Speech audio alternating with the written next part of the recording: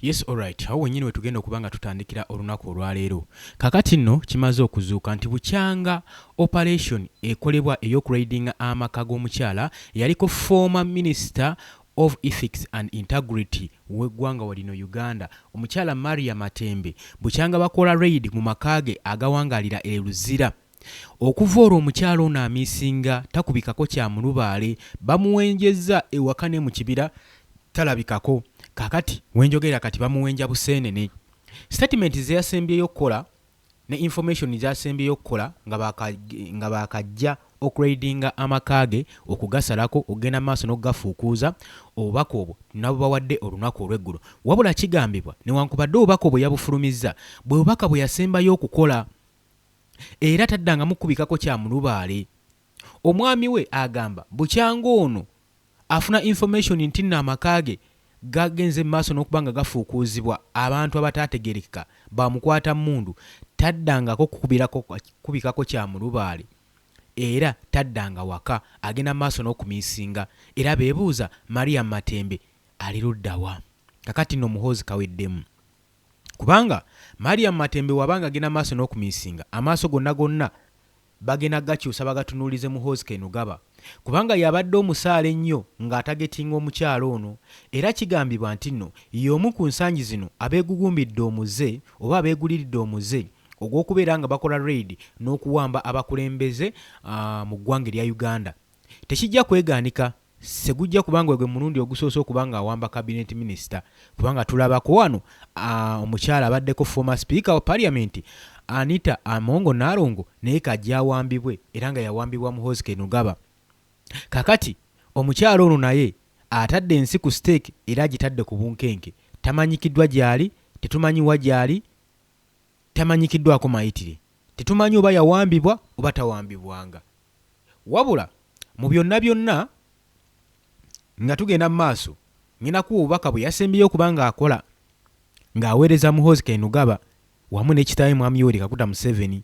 Era njagala okutegeeza nti oli ku Yugi Update Civic Sinziro bango tuwuliriza gwe natanatwegatako kirira wansi waliwo ekigambo subscribe kikoneko obeere nga otweyungako. Abali mu diaspora mbatumiddeko nnyo nkimanyi mukola kyamaanyi nnyo okubeera ku mayengo gano aga Yugi Update TV mwebale gayimirizaawo. Njagala mbayo ku bubaka bwe yasembyeyo okusindika newankubadde twabubawadde ejjo ly'abalamu naye njagala otegeere nti omukyalo ono sawa zino tubanga tetulina current information emuwuliza okuva gyali kyandibanga kituufu omukyala amiisinga kubanga bwe buno obubaka bwe yasembyeyo okukola buwulirize. Zanjigiriza kimu nsi muno nze nganze the honorable Tembe a distinguished leader in this country ngunze agenda kunyigiriza anantwara musimanyi bagiyita ki basement ngwantware mu basement ye ajja agezeko kuntwara mu basement andabi atuke ku gate wanarabe oba nankwata bamalayika bange nga tebandasooka kumukwata bamukola esaawa eno nti Mukama jukira Uganda yijje mikono ambatu yijje ambatu njagala kugamba President Museveni dara mu butu we oli luddawa dara boyina kuyisa abaana Uganda ne bakulwanirira ojje wano otekinga Uganda otujje mu nnaku egyo gyonna gye twalimu okukwata Uganda n'ogikwasa mutabani wo ya ate bw'aba akola bino ebitali mu magezi ka ekyo kitegeeza kidaradara mu butuufu. Museveni President Museveni okimanyi nti wakamara kufuna obululu bakulonze naye nohandinga over power yotu mutabani w'omuhoozi ayafuga buli kimu yaragiramba gwe Miriam rumwe musirike ye Besigye tugenda kumutta kwogera ebigambo nk'ebyo kati muhoozi yekka yamanyi ki Lukwago andinze ne bakwata Lukwago ne bamubuzaawo ne kati yagamba bwali eyo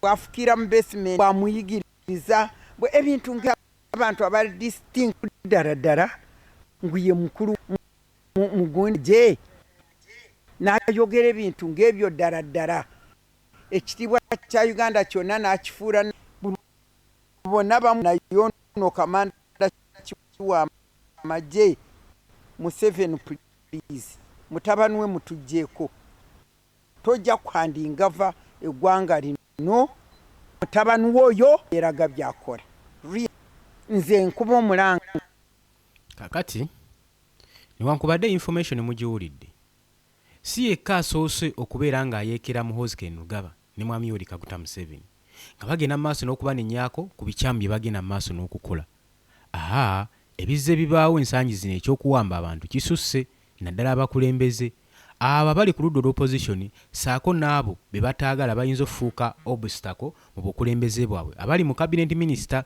bonna kigambibwa nti balinga abayisaamu olweyo abajjamu wabula mu kubula kwe Babi Kyagulanyi mukyala w'omu opposition leader Robert Kyagulanyi Ssentamu amanyikiddwa nga Bobi Wine era nga ye mukulembeze w'ekibiina kya National Platform atutteyo konsaani ye n'alaga okunyolwa kuno okugenda mu maaso era ng'agenda mu maaso n'okubeera ng'abuuza era ng'akondeminga okubeera nga security agenda mu maaso n'okuraidinga amaka ga Miriam Matembe mu ngeri emenya amateeka nga yeebuuza bannange Uganda okukyobula kw'eddembe ly'obuntu kwatuukadde ku extent eno ku ssa lino ddala gavumenti eri mu buyinza eyagala ddala eggwanga lino nga beerikirayiminga nti nno eryetaaga oba lwaki bwe balyetaaga lwaki tekonsidaringa ki kye kitegeeza okubeera eggwanga kwe kubeera ne bannansi nga mwebali so si bizimbe ne bwe banaavaamu ne banabatta ne mubalekeramu bo bokkaboka ne basigalamu tebajja sobola kunyumirwa ggwanga lino kubanga eggwanga mukkiriza oba mugaane mulinyumirwa n'abantu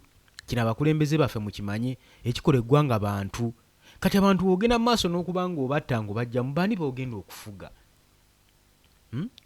baani boogenda okutandika okukikinalako olage nti olina obuyinza obuyina lwakuba nti obuyinza tobuyina ku bizimbe tobuyina ku resources obuyina ku bantu singa obuyinza obadde obuyina ku resources singa buli kimu tekiriiwo kubanga buli muntu yandibadde alina obuyinza ku ye so oli ku Yugi Update Civic osinzira obba ng'otuwuliriza Babi Kyagulanyi atutte konsaani ye n'agenda mu maaso n'okuvumirwa ekikolwa nga kino ng'agamba bino ebikola bikyamu nnyo jjukira nti nno eyaliko Lord Mayor Erias Lukwago kajja awambibwe jjojjo ly'abalamu era n'atwalibwa mu nsonga ez'olusaagosaago basooka kusalako makaage ne bageetooloola ne basalawundinga perimeters n'oluvannyuma ne bamenya ne bagenda ne bamukukunyulayo mu ngeri ya kimpowooza ennyo era nga woolabye bazze wa Miriam Matembe ne bakola byonna bye badde baagala okukola ne bamala ne bagenda ne baconfiscatinga ebintu muze gwabwe okuwamba ebintu ebibeerawo batujjukira bulungi n'omwaka guno nga gutandika mu January ennaku z'omwezi 18 nga Robert Kyagulanyi Ssentamu amaze okudduka ku ba security ng'amaze okuba ng'abulawo bano abasajja bagenda ne basalako amakaage ne basiisirayo emyezi gye wagindaba ebiri naye nga kigambibwa miseera nga baakagendayo Babi Kyagulanyi yali akyaliyo n'agenda maaso n'okucunyizibwa ab'ebyokwerinda wabula kigambibwa nti documents zonna ezaali mu maka gano zaatwalibwa n'ab'ebyokwerinda kikye muba mufa mwagala kweddiza properties z'abannabyabufuzi awo obubbi we bubatuusizza lwaki gavumenti egenda maaso n'okuba ng'ekola omuzeewo kakyobolaba Miriam Matembe abuuza mwami Yoweri Kaguta Museveni wobanga wahandinga ova obukulembeze eri mutabani wo vaayo nnyonnyola eggwanga vaayo olangirire ddani ebikola nga bino ogenda maaso n'okubeera nga bigenda mu ggwanga maaso bittattana ekitiibwa ne integrity y'eggwanga Uganda olw'ensonga nti nno mu byafaayo mawanga gonna galrespectinga nnyo ekigambo general si chief of defence force wabanga chief of defence force owaffe mu ggwanga Uganda asobola okukola ebikola nga bino kitegeeza eggwanga nga Uganda terikyalina kitiibwa nga ddyo terina kitiibwa Miriam Matembe wato waagamba nejjukira nti omukyalo ono naye tanyigika mu ttooke ekyo kye njagadde omanye nti si mwangu kubanga agamba munnamateeka ate era lino eggwanga lirinako ekitundutundu kubanga yabaga constitution gye batambulirako kati govaayo n'olowooza nti n'ogenda kusambirira constitution gye yateekawo ate otandika omumulimnyirira agamba ekyo biba weerimba oli ku UG Update TV kosinziro bango tuwuliriza tukyagenda maaso gwe mukwano gwange ali eyampuliriza tukyagenda maaso oli ku UG Update TV kakati ebyo nga bikyali awo obunkenke buzzeewo oluvannyuma lw'okwebuuza omukyalo ono veteran politician alwanira eddembe ly'obuntu human rights activists Maria Matembe wajali ng'abuzeewo mu kaseera kano takubikako kya mulubaale tamanyikiddwako mayitire nga bafolowinga ebyabaddewo jjojuzi mu maka ge okusalako amaka ge wali eri eruzira kiddiridde oteekawo obunkenke nti bukyanga ekikolwa ekyo kibeerawo omukyalo ono taddangamu kulabikako era muhoozi Kainerugaba gandibanga gamubugumye olw'ensonga nti omukyalo ono wabanga agenda mu maaso ng'amiisinga kiteekawo ebibuuzo bingi eri gavumenti ate nga ansa tezirina za kunnyonnyola kakino kibanga Robert Kyagulanyi Ssentamu woolaba akalulu kaggwa n'abuzibwawo ne wabanga teri amanyi gyali tekyateeka ku bunkenke eri bawagizi be bokka bokka wabula kyateeka ne gavumenti ku bunkenke nga beebuuza singa ono afunira obuzibu gyali oba nattibwa era omusango baguteeka ku gavumenti bannansi baali bagenda maaso n'okubanga bamuyigga bamanye ddala ekituufu kikyaliko oba nawa waali nga ne gavumenti eyigga wa waali yatuuka n'okuteekamu omusimbi mulamba nga bayiga Robert Kyagulanyi Ssentamu mu kutandika si nsonga lwaki nti nno lwakuba baali bamwetaaga nnyo nedda mu ntandikwa bwali bunkenke bwennyini eyo yalinga bbomu etulikidde mu maaso ga gavumenti ini singa afuna obuzibu gavumenti gye bagenda mu maaso n'okukunya kubanga yali emuprovidinzeeko security nga bamutaddeko security emala nga security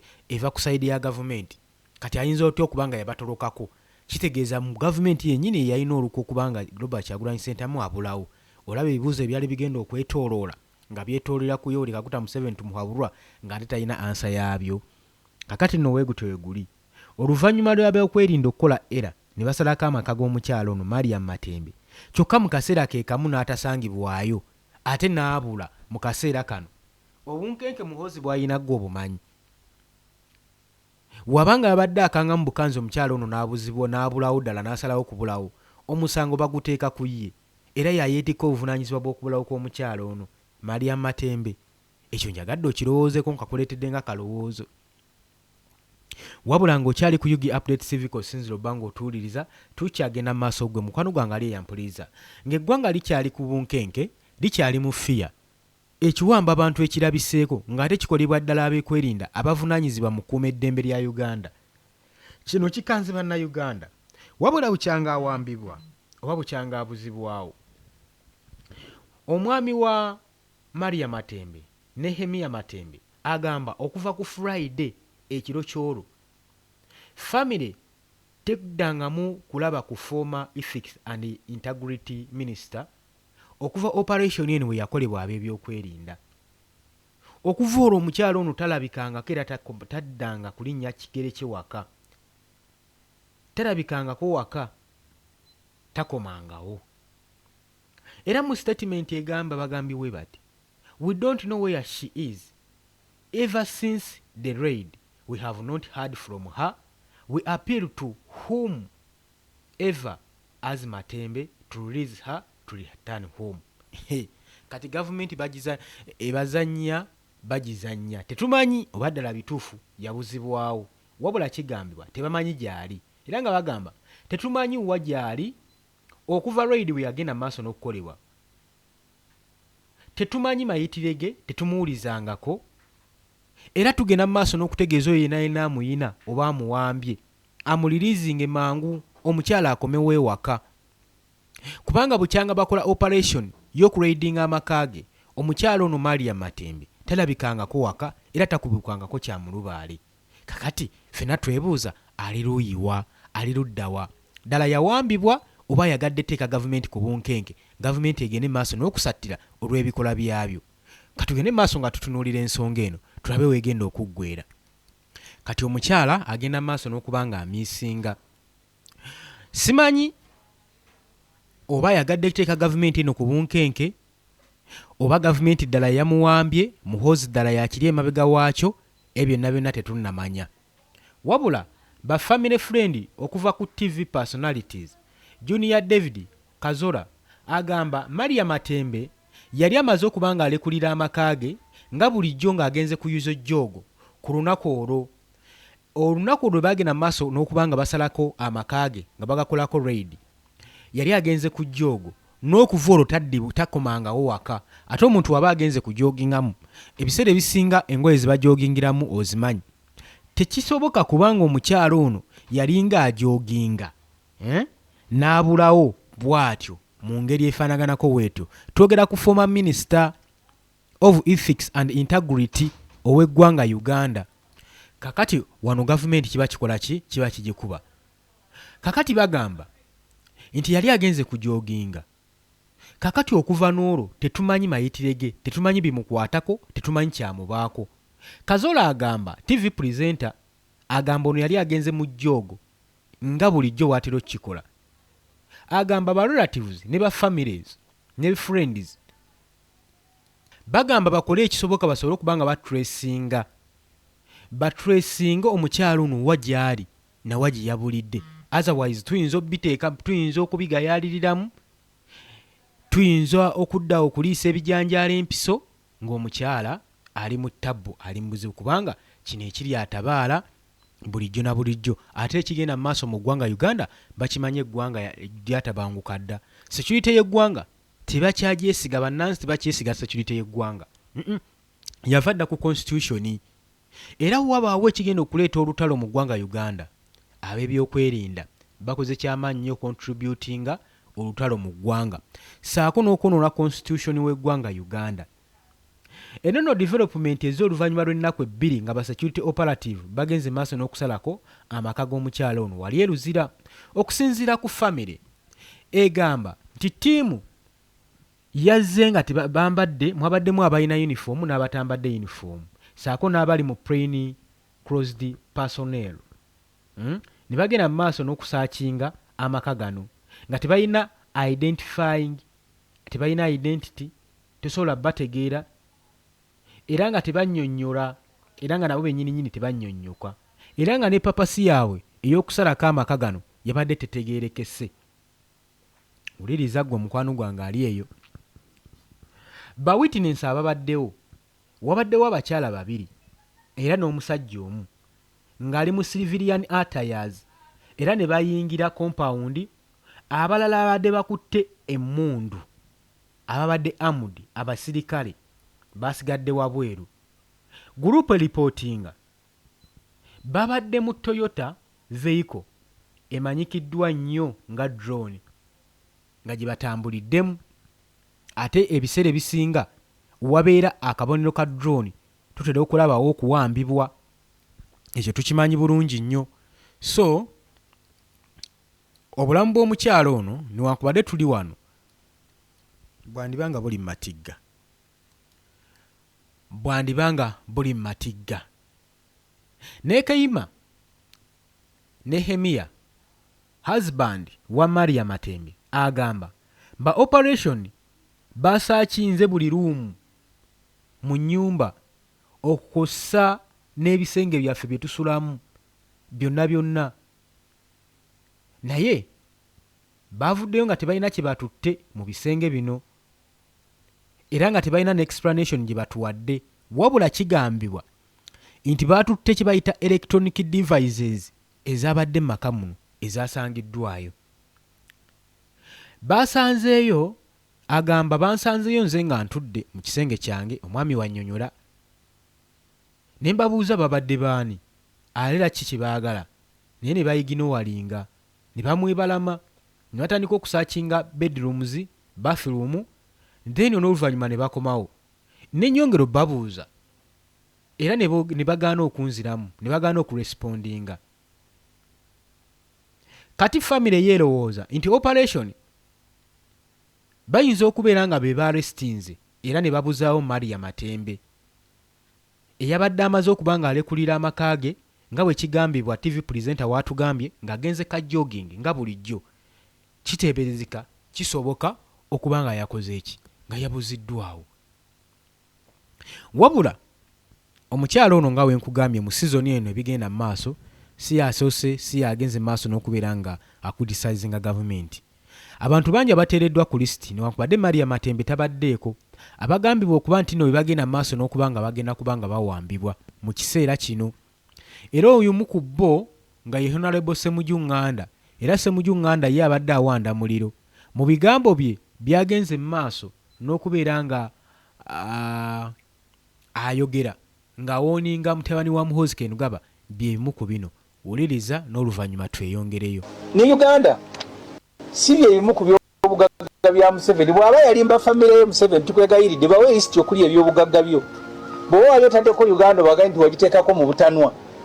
Uganda si bye bimu ku by'obugagga bwo. By'obugagga bye tumanyi Lwakitula, Kisozi, ne lwe bamusaba mu IGG okulaga eby'obugagga bye yateekako n'eggaali ne pikipiki nti bye by'obugagga Museveni byalina. Kati ebyo byage ba Muhoozi omutima gubabeere wamu bamanye nti Uganda si kya bugagga kyo bakulinda okwetegekera okusikira Uganda. Wabula newankubadde byogeddwa byonna ba activists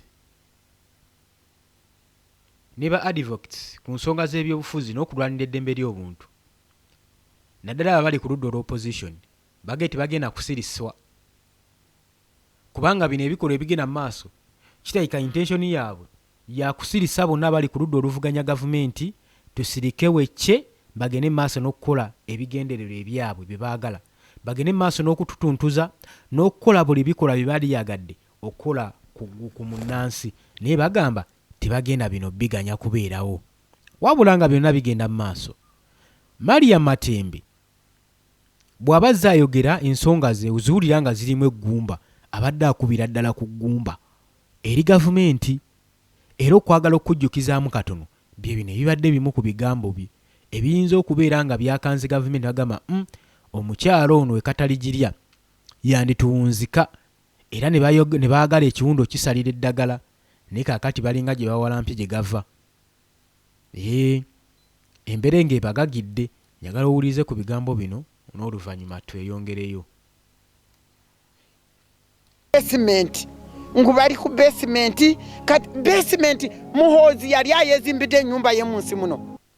Njagala kubuuza Muhoozi sente zonna oba ayina ennyumba self oba yawasa n'abakazi omukazi na bano bamalaya bonna bagenda nabo ezo sente zaffe n'obwa CDF ezo sente zaffe musoro gyaffe diwe bwe yali akoze n'akola omulimo naye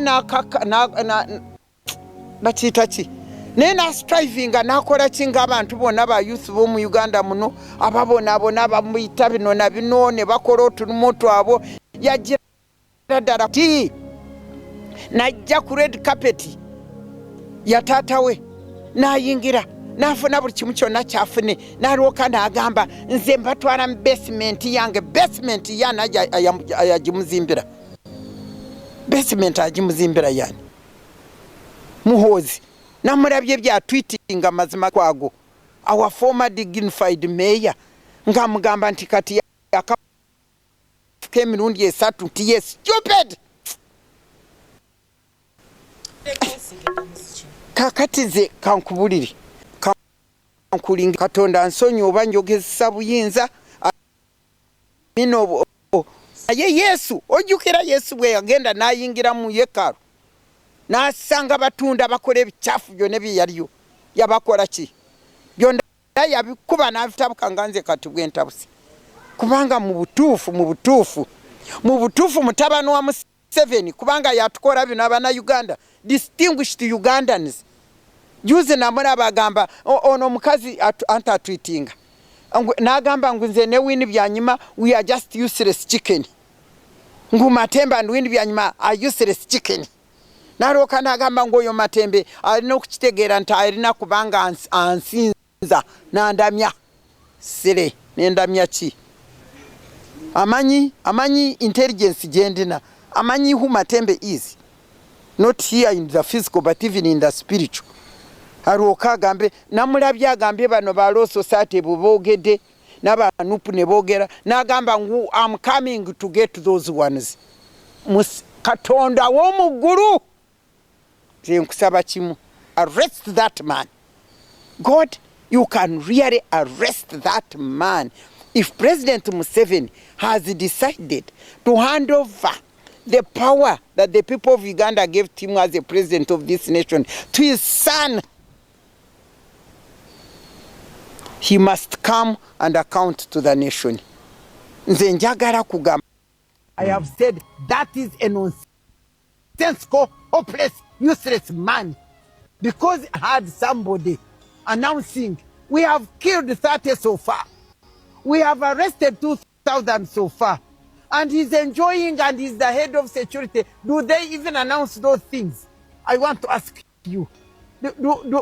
I have never heard, that's why I have never heard people saying, we have killed this, we have killed this. But I heard President Museveni when he was giving his, I think he was finishing his campaign. He said, we are going to crush you. Okay? Yes. He said, we are going to crush you. I heard him say that. And now his son is telling us that actually, as my dad said, we have crushed so far 2,000. He said how many? 30. They have all those are, so far been killed. 30 those are and killed. 2,000 have he been said, arrested. We have arrested 2,000 and we have so far crushed 30. Now, he has declared that he has killed people. For what? For what? He has arrested people. For what? And he is the army commander.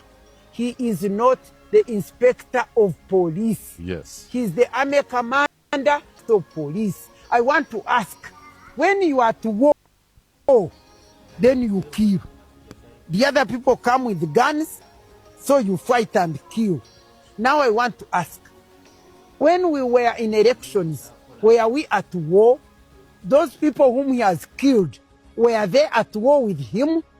And those who have been arrested, were they found at war? So when I say this is a kakati ba activists abalwanira eddembe ly'obuntu batutte omwaganya ne bagenda mu maaso n'okwogera ku nsonga eno ne babeera so concerned ku byonna byonna ebigenda mu maaso. Babi Kyagulanyi mukyala w'omu ku opposition leader Robert Kyagulanyi Ssentamu n'agambye dda yagenze mu maaso n'okuexpressinga solidarity ye ku nsonga y'okubanga Maria Matembe amiisinga n'eddembe ly'obuntu okubanga lyageze mu maaso n'okutyoboolebwa. Kyokka bagamba ne lawyer Sarah Bereti talabikako. Era mu statement zaabwe bagambye, my heart goes out to Mama Dr. Maria Matembe, who is being hunted down, and our sister Sarah Barrett, who just gone raid. Oyabadde Kyagulanyi ng'agamba omutima gwange gunnumirira era oyo maama Dr. Maria Matembe eyagenze maaso n'okubeera ng'ayeggibwa ng'asaako ne sister lawyer Sarah Barrett. Ababaka agenda maaso n'okubeera nga baraidingibwa mu maka gaabwe ekikolwa ekyo eky'ettabbu. Era ng'agamba Robert Kyagulanyi Ssentamu wamu ne mukyala we, wuliriza ggwe mukwano gwange ali eyampuliriza. Era ng'agamba mu bigambo bye ebibadde eby'olufuutifuuti eby'empolampola bibadde bigendawo ebiti. They have built a throne for fear to reign among us, and when they raid our homes and strip our dignity bare, they think they will undress our courage. We condemn every act of cruelty being unleashed on Uganda's daughters, women and mothers. Era n'agattako ng'agamba nti to the sisters who have been beaten, raped, raided, left alone to fend for families while they breed wine are abducted, keep in unknown detentions and silenced, be of courage. Justice doesn't reign forever. History will remain our wounds. Ng'agamba nti newankubadde bazimbye engabo y'okutya muffe munda, ono Robert Kyagulanyi Ssentamu muffe munda, naye we bagenda mu maaso n'okuraidinga amaka gaffe ne bateekawo dignity enkyamu nga bateekawo okutya, bajja kulowooza nti nno bamaze okwambulula obuvumu bwaffe muffe obutuli munda. Era ng'agamba tugenda mu maaso n'okukubiriza buli omu okusigala nga bali bumu, okusigala nga babanja bawala baffe, bakyala baffe, saako ne bamaama b'eggwanga. Era n'agattako ng'agamba kino kirowoozo era na bubaka eri basisita bagenda mu maaso n'okukobebwa n'okukwatibwa raping, saako n'okuraidingibwa mu maka gaabwe, ne balekebwa nga famire zaabwe ziri offended, era ne bagenda mu maaso nga babreedinga nga babuziddwawo, ne batwalibwa mu bifo ebitamanyiddwa, ne badeteiningibwa, ne basirisibwa nga bakubibwa okubeera nga bavumu nga bali courage. Era n'agamba mukimanye injustice does not reign forever, nti obutali bwenkanya tebugenda ttonnya lubeerera, era mukimanye ebyafaayo bijja sigalawo ng'ebiwundu. Era gye bujjako mu maaso alinga abagamba nti mujja kwambala engule, muliyambala engule, akaseera nga katuuse. Matembe, former minister era nga woman advocates, akoze Center for Democratic Violence Prevention nyingi nnyo, era gye buvuddeko emabega emyaka egiyise yafuuka omu ku ba government most outspoken critics mu Uganda. Era y'omu ku ba former Ugandans mu 1995 abaabaga ssemateeka w'eggwanga Uganda gwe tutambulirako. Era ya breaking enkolagana ye oba ranks n'ekibiina ekiri mu buyinza ekya National Resistance Movement mu mwaka ogwa 2023. Oluvannyuma lw'opposition, okuvannyuma lw'okwopozinga okugyawo presidential term limits eri Mwami Yoweri Kaguta Museveni, awo enkolagana yaabwe yafiira, tebaddamu kukolagana, enkolagana neefa. Naye ng'olowooza biki bye yali agezaako kutaakiriza okugaana term limits. Mariam Matembe bino bye yali agezaako kutaakiriza mu ggwanga lyattu Uganda, gavumenti yasobola kukiraba, na byonna bannabyabufuzi abaagaana omwegattako bino tebaabiraba, nti wasobola okukera ku makya term limits neefuukira bannayuganda ekizibu. Kati balirira ebikolwa ng'ebyo ng'ate bituukibwa ku candidate abadde yeesimbyewo ku bukulembeze. Kati okugyawo term limits kitegeeza ki? Kitegeeza Uganda ogifudde monarchy, oyagala gifuula yansikirano, oyagala bufuula bwakabaka. Therefore bannayuganda oba tubalekedde chance ndala yonna okuggyako okuvaayo okwerwanako. Otegedde ensonga eyo? Oli ku UG Update Civic osinzira okuba ng'otuwuliriza. Kaakati nno gye buvuddeko yavuddeyo n'akwitisayizinga ng'era alumiriza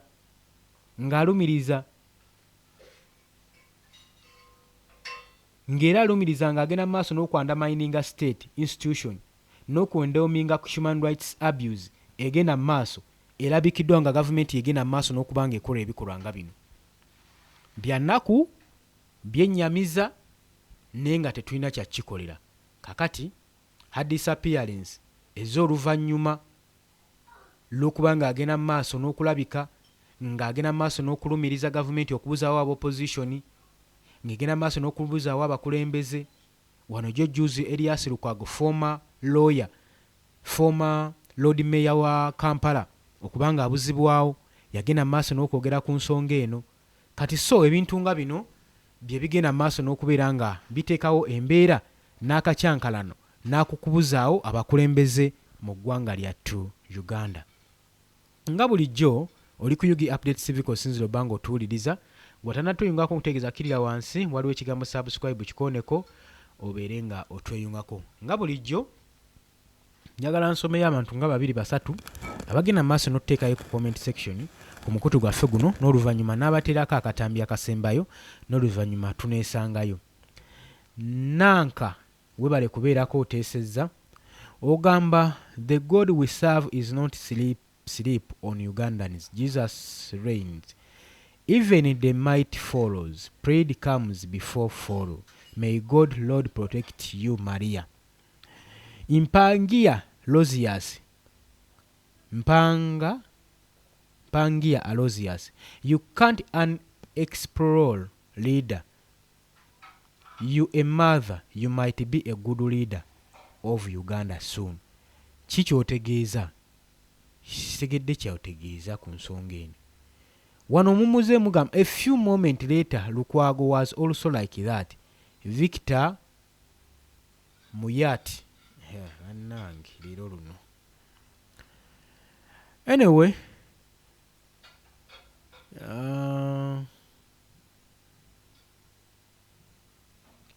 kandaba abalala wana bateesezza nga basatu n'oluvannyuma tukigenda. Namuzi Sali nawe oteeseza. Kaweesi Norin webale kuteesa.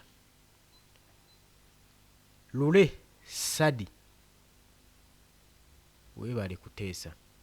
Olw'obudde munzikirize enkome wano nga mbalekereko akatambi obadde oli ku Yugi Update TV nga kosinzire okuba ng'otuwuliriza. Mbaagala nnyo mweraba. Kano akatambi ke nkuteereddeko kikamu kukalaga n'akannyonnyola ngeri amaka g'omukyalo ono Maria Matembe nga bagenda maaso n'okugakolako raid nga bwe gaakolebwa okunnyonnyola okusinga kuli awo n'oluvannyuma twesangeyo mu comment section.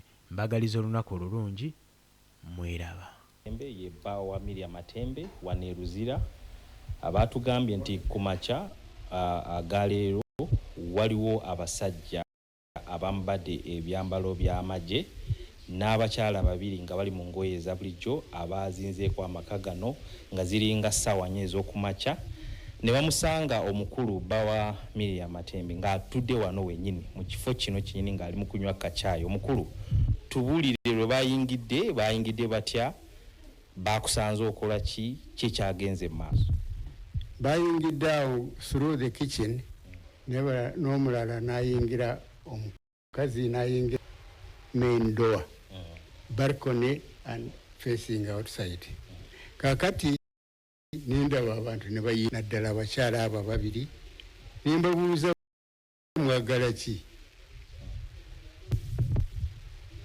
ne bansirika ne